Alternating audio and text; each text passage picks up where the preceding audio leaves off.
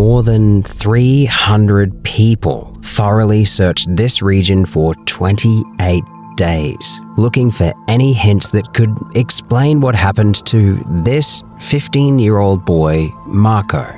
Involved in the search were troops and officials from the military police, the Army Infantry Battalion, firefighters, rescue experts, and even psychics, clairvoyants, and fortune tellers. Helicopters buzzed overhead.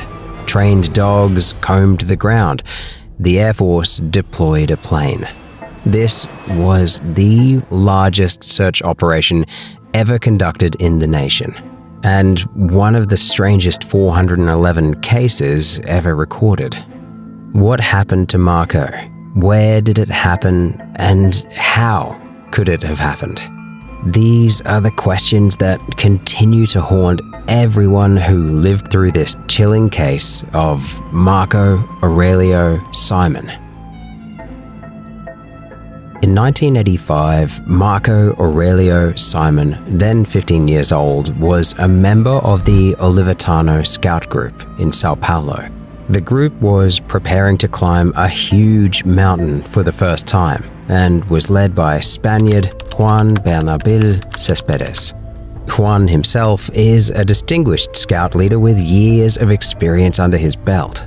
Picos dos Marins was chosen for its magnificent landscape, height, and difficulty, all of which would be ideal for his troop. It wasn't too hard for the boys, neither was it simple. It was just right. It would be a motivating and demanding activity for the teenage boys, including Marco Aurelio. Marco Aurelio himself was a normal boy. He had an identical twin brother, Marco Antonio, and the brothers did everything together. But because Antonio was ill during that period, Aurelio would have to go on the hiking trip alone. This would be the first time one would participate in an activity without the other. Now, the boys were born prematurely and had problems growing, so their parents decided it would be beneficial for them to join the Scouts to develop themselves via outdoor physical activity, as well as build their confidence. And the strategy worked. Marco Aurelio adored his group and was so excited to join in the trek to Picos dos Marins. The activity itself almost didn't occur, though. The group that started large grew smaller and smaller with successive dropouts until on the agreed-upon day, only 4 scouts and the leader, Juan, remained, who slept the night of June 5th to June 6th at Marco's family home and were taken by Ivo Simon, the father, to the subway station the next day, where he met the other members who would participate in the adventure: Riccardo Salvati, Ramatis Rom, and Osvaldo Lobiro, all the same age as Marco Aurelio. Juan Céspedes, who was 36 at the time, was close to Marco Antonio's family and even celebrated Christmas with them, so the parents trusted him. Now, keep this in mind because it'll be a useful bit of information later. The group took a bus from Tietê bus station to Piquete, where they were met by the local scout leader of that area, Sebastião Augusto Ramos, known as Gugu, who assigned the troop leader Paulo Roberto Paulino to take the group in his van to a farm that was located at the beginning of the trail that leads to the summit of Pico dos Marins. At the time, the farm was inhabited by the family of Afonso Xavier, a great expert in the region with over 3 decades of experience in that area. He opened his home to the group and they camped in the farm's backyard. Around 2 p.m., the boys went swimming in the river. When they returned to the camp, they found their stuff had been tampered with. Juan asked Mr. Afonso if he had seen anything, and he said he hadn't, and that the mess was most likely created by the local dogs. Weird, but they shrugged it off. Later that day, the temperature dropped, so they built a bonfire, ate dinner, and talked eagerly about the hike and climbing they planned to do the next day at Pico dos Marins. But one of the boys, Osvaldo, couldn't shake this deep gut feeling that they were being watched, but he shrugged it off as a feeling. Later that night, while he was asleep in his tent, he noticed someone walking past his tent, and he got scared. The crazy thing was here that it wasn't just him alone that felt this way or witnessed this. The group leader, Juan, also corroborated Osvaldo's story, saying that he heard someone hit his tent, waking him up, and when he got out to see who it was, he found nothing. On Saturday, June 8th, the group awoke early to begin their preparations for the mountain trek. At 7 a.m., 3 Piquete scouts passed by the camp and offered the Olivetano group to join them. I mean, the more the merrier, right? However, Juan denied the invitation. Not joining this group will be the start of several wrong decisions that Juan would take today. There are bad ideas and bad decision-making, and then there's Juan's level of bad decision-making that is just so bad. Also, the host, Mr. Alfonso, planned to climb with the group, but Juan also denied the assistance of the veteran scout, preferring to climb alone with his party. Remember here, Juan is a seasoned expert in this trail. He knows Pico dos Marins well, but somehow Juan chose the wrong road and took a more harder and longer route. Within hours, probably less than 3 hours, the whole group was lost on the trail, taking longer than usual to reach certain milestones. To make matters worse, at 2 p.m., Osvaldo tripped over a small hole and injured his knee hard, making it impossible for him to walk. Of course, this hurt the boy so badly that he cried, and he had to be assisted by the other boys. Osvaldo was injured and couldn't continue the hike, so Juan had no alternative but to call off the ascent and devise a plan to bring the group down with the injured scout heading back to Alfonso's farm. Now, at this point, Juan uses his scouting skills to cut down a shrub and tries to make a stretcher out of a short branch. However, Osvaldo was too heavy, and an attempt to create a stretcher failed. So without any equipment, Juan had no choice but to carry the injured boy on his shoulders with the assistance of Ricardo. Ramatis became responsible for lugging the group's backpacks. Juan's plan at this point was to go up and down in an attack-like fashion, that is, going light in order to return swiftly. As a result, they didn't carry much equipment. Marco Aurelio became the patrol's leader and directed the group, telling them where to get off as they descended. Now, the accident with Osvaldo happened at an altitude of 2,060 meters. Or I don't know how many school buses that is for you Americans, or bananas, or whatever you use to measure in. And the group had only descended 250 meters, which, by the way, took a long time due to the rough terrain, raising fear among the group, and they still had a lot of ground to cover. Given the difficulty of descending with an injured person, Marco Aurelio offered to travel down to the mountain's base and seek help. He'd be faster alone and quickly get the help needed. Juan contemplated on it and agreed to let the young boy descend the mountain alone. To make sure Marco doesn't get lost, he gave him a piece of chalk to mark his path by writing 240 on huge rocks so they'd know it was him. With these instructions, Marco left. Despite all these precautions, unfortunately, that would be the last time Marco Aurelio was seen by another living soul.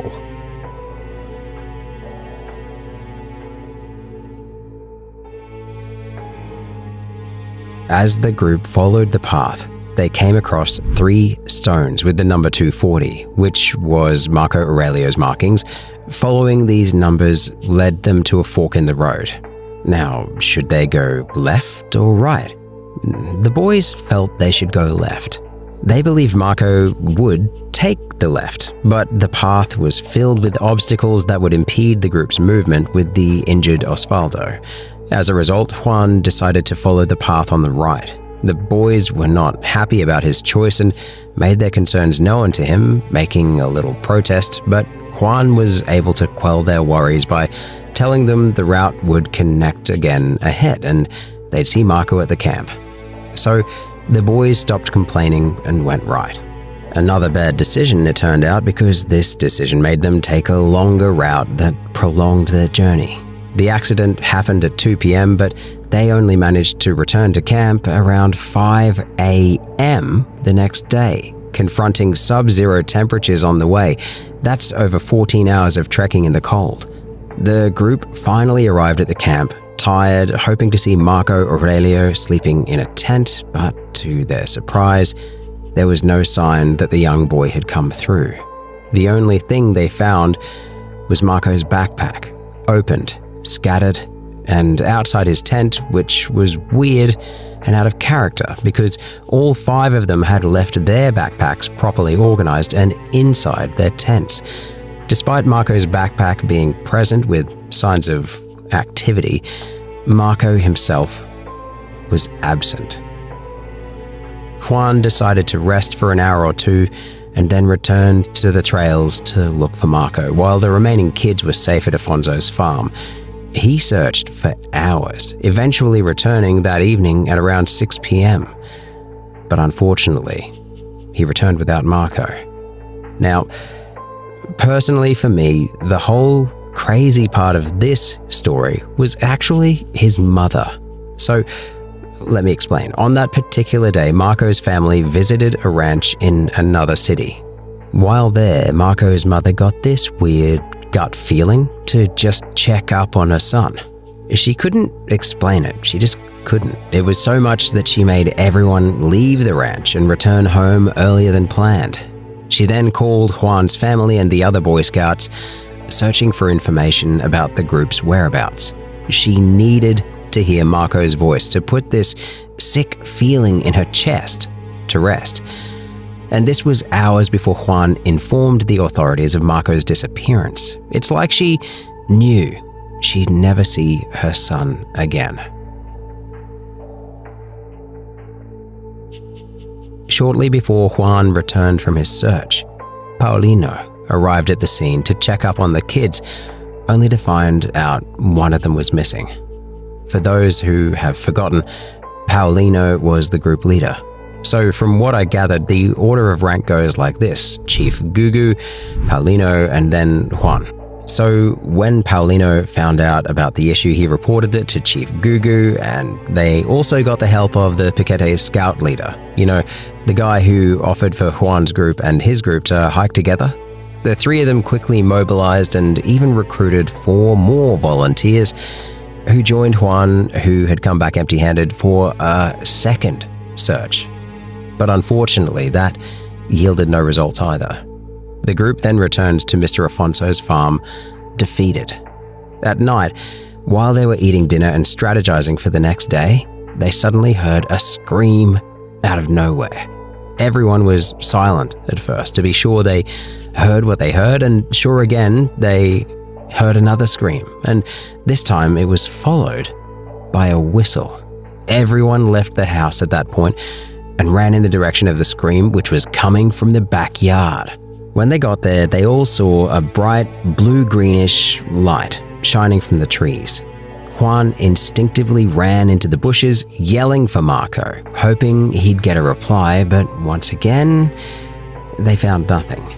They all thought it was Marco when they heard the whistle, and that was because when Marco Aurelio left, the only thing he had was the very clothes he was wearing and a whistle he always carried to attract attention in case he became lost.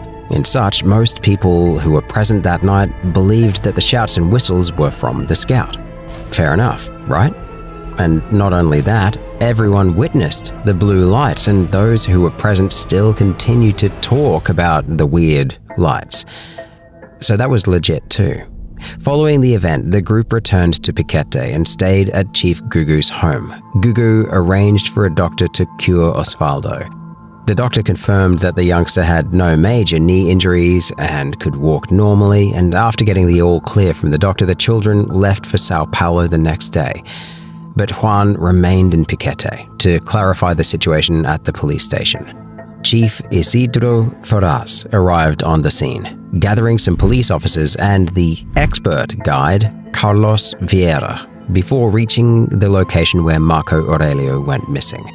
When questioned, Juan claims to have gone by an iron cross, which Carlos Vieira claims is part of an old trail that he disabled due to how dangerous the trail was. So, why would Juan take that trail, and how could he take it? Anyway, they couldn't do much else that day, but this approach inspired Carlos Vieira to return the next day to the Iron Cross with another skilled guide, Ronaldo Nunes. The expert guides with some volunteer firemen started out early the next day. Unfortunately, during the night, a strong frost had painted Pico dos Marins white, so that meant getting clues and tracks would be very hard. However, to everyone's surprise, when they got close to the Iron Cross, they saw footprints in the middle of the ice. They even tried to follow the footprints, but they disappeared. They were confused, asking questions like who would have climbed Pico dos Marins so early on a Tuesday, because the only way those footprints would be there is for someone to come early in the morning, earlier even than them, after the frost, however, to do whatever suspicious thing they did. As if that wasn't puzzling enough, on the same day, a fire broke out on the mountain, forcing the initial firemen assigned to the search to be reassigned to fight the fire. But the whole thing was so weird that the police suspected that someone had set fire to the trees to obstruct the search. That same day, Carlos and Ronaldo began to notice the vultures flying by, believing that if Marco Aurelio had died, the vultures would soon discover his body. With this notion, they followed the vultures until they discovered a dead ox, but unfortunately still no trace of the missing scout. So now news was starting to get out little by little about this misfortune. Marco's parents arrived in Piquete on Monday, June 10th. They met the police for answers, but the police told them that since none of them were experts in tracking or mountaineering, it'd be useless to go up to the search site. If anything, they could make it worse by unknowingly destroying tracks or clues. Basically, don't expect that much help from them. So Marco's father, Ivo Simon, who by the way is a journalist, began using his contacts in the press to spread the news of his son's disappearance in case anyone saw or heard something. Soon enough, news of his son's disappearance was soon published in every major newspaper in the country and was even talked about on national television. This made many people aware of what had occurred, and it didn't take long for the story to go viral.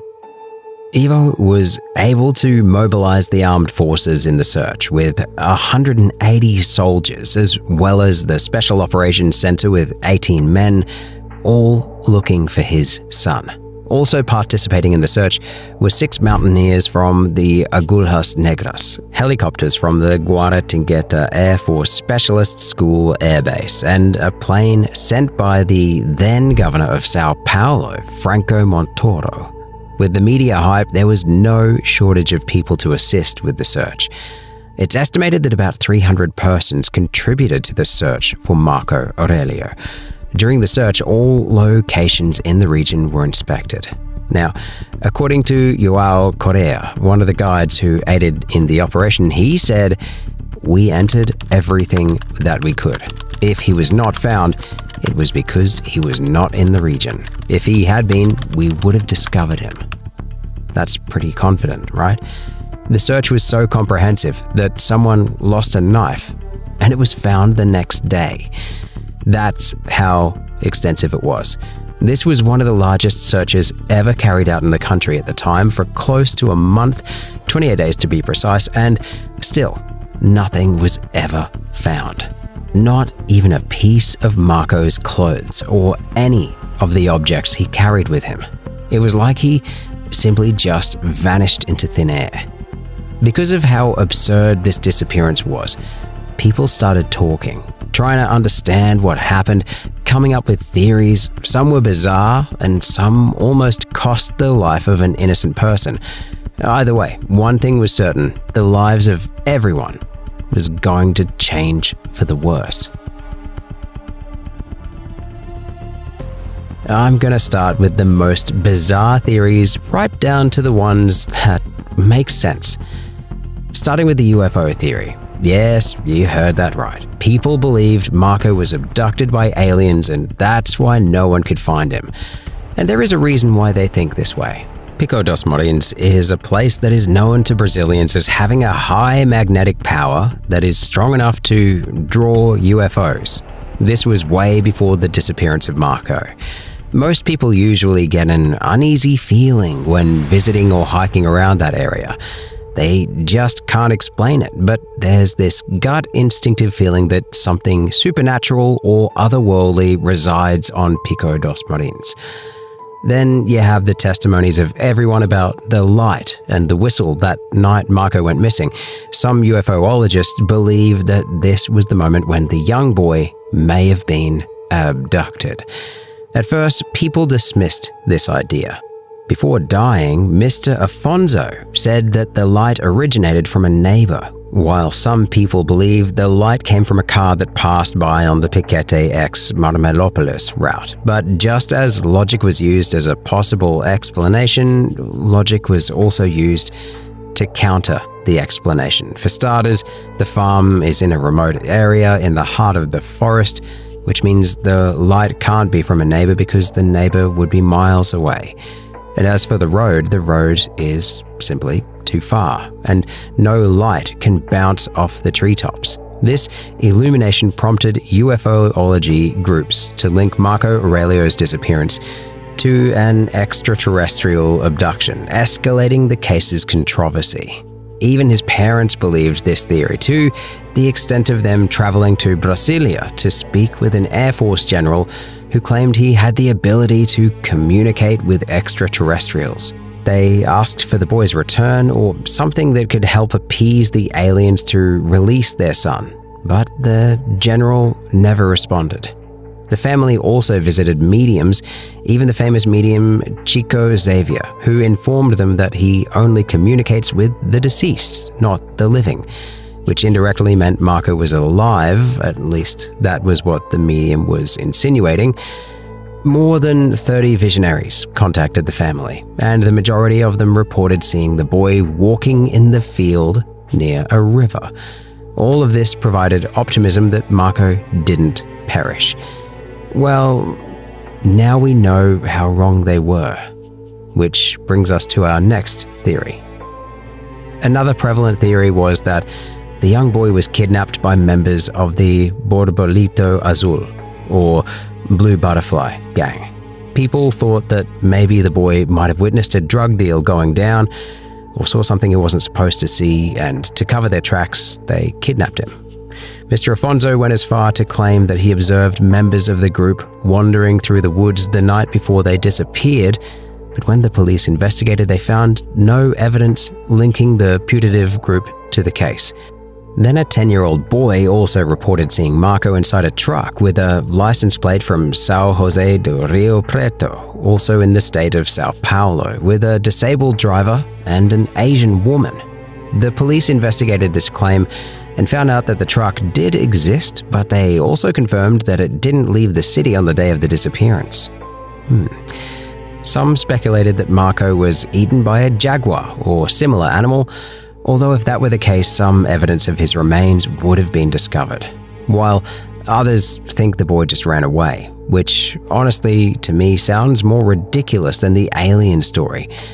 Through the process of elimination, all these theories were proven wrong and discarded except one theory. It wasn't a pleasant thought, but after crossing out all the T's and dotting their I's, the only thought left was that Juan was responsible for the disappearance of Marco. And to be more specific, Juan was accused of SAing the kid and then murdering him to cover his tracks. All these sounded ridiculous at first until we started digging deeper. After looking at some of the details of the investigation, it was looking like this one theory was, unfortunately, right.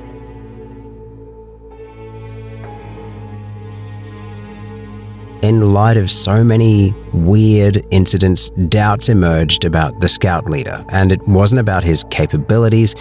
No, it was something more sinister, and there were reasons for this train of thought.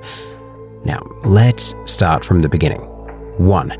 During a meeting of the Olivetano Scout Group's board, it was decided that the climb to Pico dos Marins would only be done with a specialized guide, which would be Mr. Afonso, a guide with over 30 years of experience in the region. But Juan dismissed the guide, saying that Afonso told him he wouldn't have the time, which wasn't a problem until Mr. Afonso and his wife denied the claim, stating they had even prepared a snack for this work and they wanted to follow them, but Juan rejected their advances.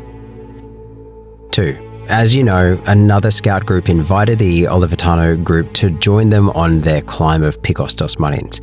Juan once again declined, which apparently is an irresponsible thing to do, yeah, duh, because most people hike together. It's safer in numbers, especially when it's the kids' first time hiking in such areas, which it was.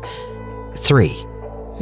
This one I didn't tell you guys earlier on to avoid influencing your judgment early on. So when Osvaldo was hurt about 2 p.m., Juan gave Marco Aurelio permission to leave the group alone and seek help. That we know, but what we didn't know at first was that he walked with Marco for approximately 100 meters to 2 rocks, showed him the path, and then returned alone to where the other boys were. This little act will come back to bite him in the bum, because that alone time he had with Marco made people think that was when he abused Marco and then killed the boy. And you'll see how this played out for him. Anyway, 4. Also on their way back to the base, Juan chose to go right, using a completely different path than Marco. Now, let's just say nothing happened to Marco and he was able to obtain assistance. How would Marco locate the gang again if Juan had taken a different route? Doesn't make sense. So this little act was seen as premeditated action of covering his tracks. He knew where Marco's body could be and didn't want to risk the other boys finding it, so he took another route that was different and longer. At least, that's what his accusers believed. And I'm not done with the odd behaviors from Juan that makes it hard to believe he's innocent. 5. Around 2 a.m., when the group arrived at Soy Felino's farm, the logical thing to do would be to inquire if a scout had passed by. Juan did not do this. 6. When the group arrived at the base camp at about 5 or 6 the following morning, Marco wasn't present. Juan should have approached Mr. Afonso, who was just 50 meters away, and inquired whether Marco was present or had passed by. Juan, you guessed it, did not do so. Plus, Juan said he cut a tree to make a stretcher, but no such tree was ever found during the investigation. The road he claimed to have taken was a closed road, meaning no one should have taken it due to warnings on it. So what gives? So you see how easy it was for people to see Juan as a potential culprit. Police Major Edmundo Zaborski arrived on the scene and took a harsh stance against Juan Cespedes. Zaborski pressured Juan and even conducted a hypnosis session to learn what had occurred to the young boy. However, during the session, Juan didn't disclose any incriminating evidence that could help solve the case. Now, the whole country turned their attention to Juan at this point. Civilians, police, the soldiers, everyone. Juan was now the country's #1 public enemy. And they were going to do everything, and I mean everything pretty much, they could do to get him to confess.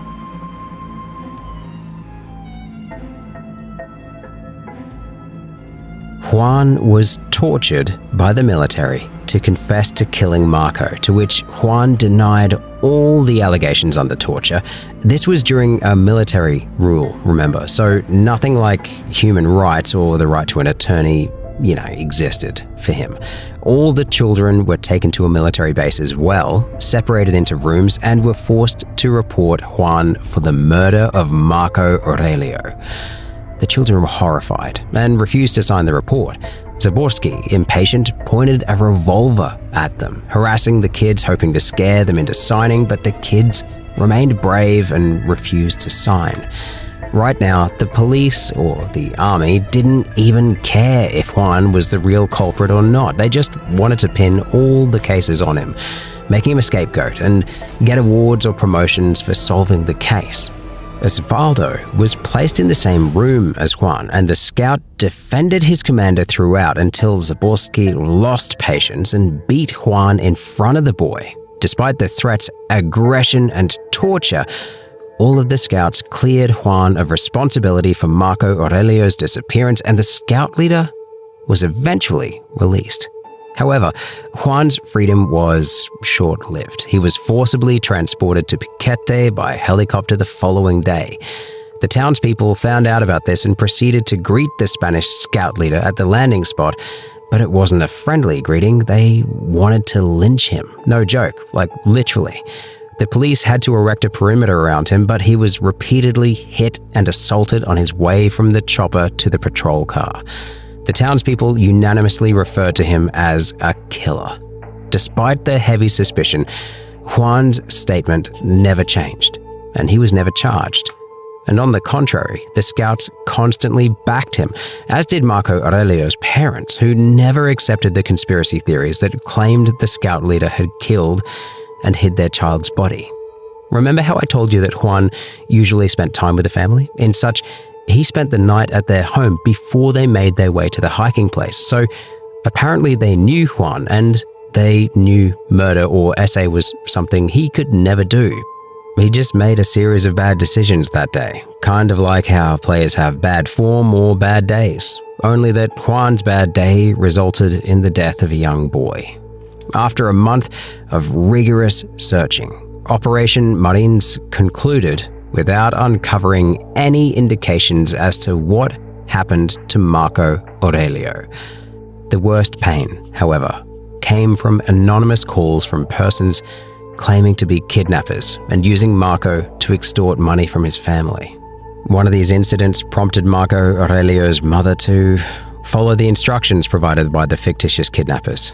The family took out a bank loan and deposited the money at the address specified by the scammers, but they never showed up to collect the funds. Due to the circumstances and how strange it was, the Marco Aurelio case may have been the most well-known and contentious case of a person disappearing on a Brazilian mountain.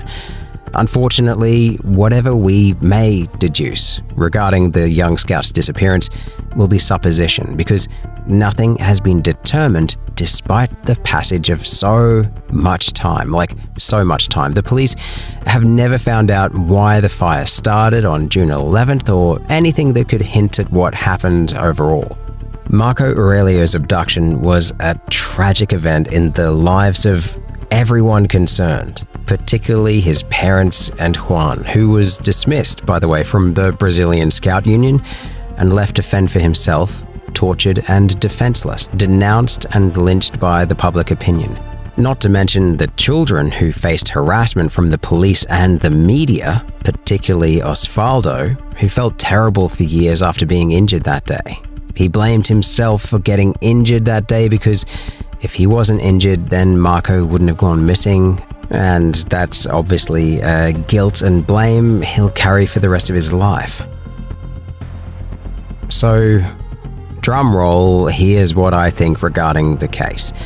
There were no aliens or kidnappings. I honestly think Marco just got lost and succumbed to the elements of nature. Boring, right? Even people with 22 years of mountaineering expertise have had numerous instances of getting lost on trails in the mountains. It happened to me once in Wales, a story for another day. You can ask any experienced mountaineer and they'll tell you that it doesn't matter if you've been hiking for 2 decades or more, every hike should be done like it's your first time. Basically, go all out with precautionary measures, like all of them, which Juan didn't do, by the way. He probably had a huge case of overconfidence, which led him to making very costly mistakes. Now, in the mountains, there are numerous false paths. These are paths made by animals or floods that lead nowhere, and it's common to realize this only after we go deeper into the forest and the passage becomes impossible due to the tangle of vines and bamboo. And when we realize it, we no longer know where we came from. And, fun fact, not to go into it too much, but in Wales, there was nothing in my way. I just got completely lost. And it can happen, right? Basically, you don't know where you are, where you come from, and you don't know where you're going. It's a crazy experience. Like, it makes you question everything you thought you knew. In such, Alfonso's own son went missing on that same mountain and was never found as well. The same Alfonso who had spent 30 years living in that area and knew everything that is to know about that area. And he couldn't find his son or anything belonging to his son to date. Just like Marco. Just thought I'd save that bit for you there till the end. It's very easy to get lost, succumb to the elements, die, and then the forest covers you up like you never existed. It's a terrifying thing, but sure, it does happen. There are multiple cases like that all over the world where experienced climbers get lost in an instant and are never found. Not even their clothing is found. Plus, back to the case, that night Marco got lost. He was cold, so cold that the frost made the mountain white. He could have died of hypothermia considering he wasn't all that strong. Remember, he was born prematurely and was still working on making his body stronger. That was the whole reason for joining the Scouts. It would have been quite difficult to survive the cold without suitable gear and after not eating for more than a day. If there were still disappearances and challenges in searching today, it would have been worse in 1985 as well, when mountaineering was uncommon and search crews were not that highly specialized? I don't know. That being said, what about the whistle noise everyone heard that night? The lights they saw, or the fact that Marco's bag was already searched and his tent was in bad shape when the Scouts finally made it to camp. You thought I'd forgotten. Did Marco make it back to camp, but meet an unfortunate fate at that camp? And then, what about the fire that suddenly started out of nowhere, hindering the search when the case was still fresh? Or the fact that someone was watching them sleep the night before the hike? Or Afonso's statement of seeing miscreants wandering through the woods the night before they disappeared. There are still holes in this story that leave more questions than answers. All these make it look like something more ominous happened to Marco than him just accidentally dying. And even Afonso himself isn't as squeaky clean as you think, by the way. Some people suspect Afonso is the culprit. His statements were too iffy and all over the place, ever-changing. We didn't get time to go into it, but there was even an audio that was released on July 16th, 2021, where a man states that one of Afonso Xavier's daughters said on her deathbed that on the night of June 8th, 1985, Marco Aurelio arrived at Afonso's house in search for help, but was killed by João Vitor, the son of Afonso who suffered from psychiatric disorders. Desperate to cover the tracks of this murder, Afonso buried Marco's body beneath the bed where he slept. Because of this recording, it went viral in Brazil, by the way. The case was reopened after 36 years. The police excavated Afonso's previous residence, at least hoping to see human remains, but they found nothing there. The police even extended their search to an area outside the house where Afonso's daughters and sisters lived years ago, and found nothing there either. And also, the main man himself, João Vitor, disappeared 4 years after Marco Aurelio's incident, and in the same mountain, by the way. That's the son I was talking about, and he's still missing today as well. So all leads mentioned in that audio clip are mostly 6 feet under or nowhere to be found, which once again means that the case was closed.